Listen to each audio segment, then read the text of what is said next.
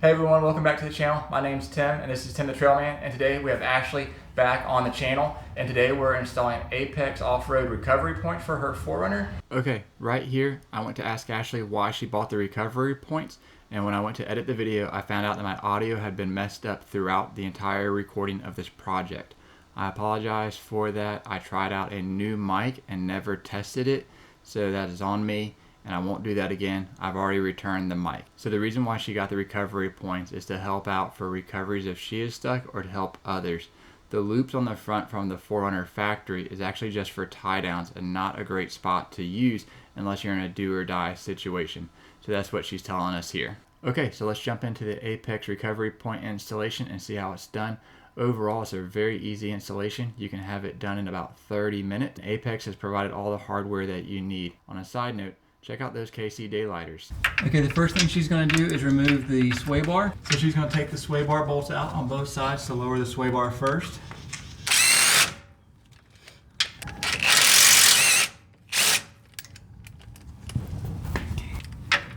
Be careful as you loosen up the other side because the sway bar definitely can fall for you.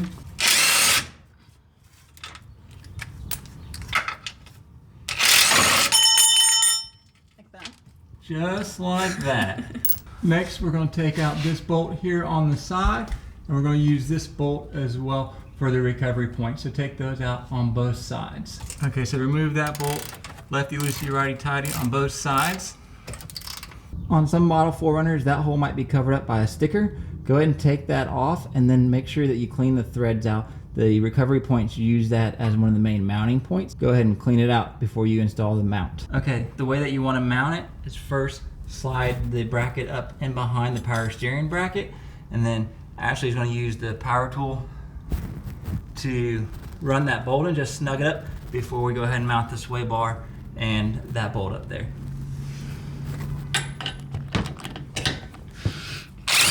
Okay, after tightening up the larger bolt, go ahead and start and just snug up those sway bar bolts on those. We're going to come back and torque everything at the end. Move to the other side. What I forgot to mention was that you will want to push up on the Apex recovery point, push up and back. The slots are more than large enough for most applications, so you'll want it to be as snug as possible.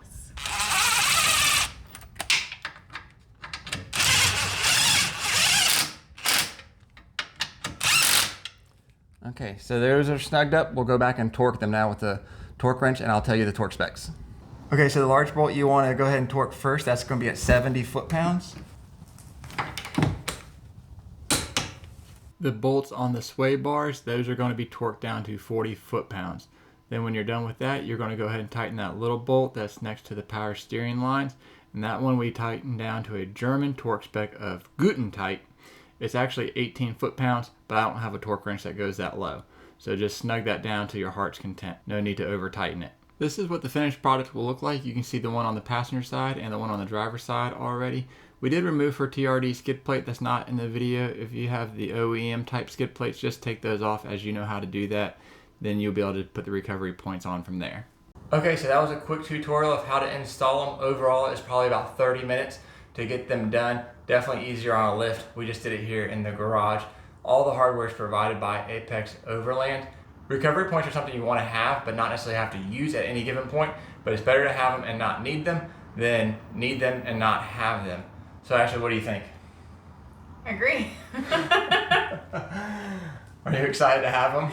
Yes, sir. It's peace of mind.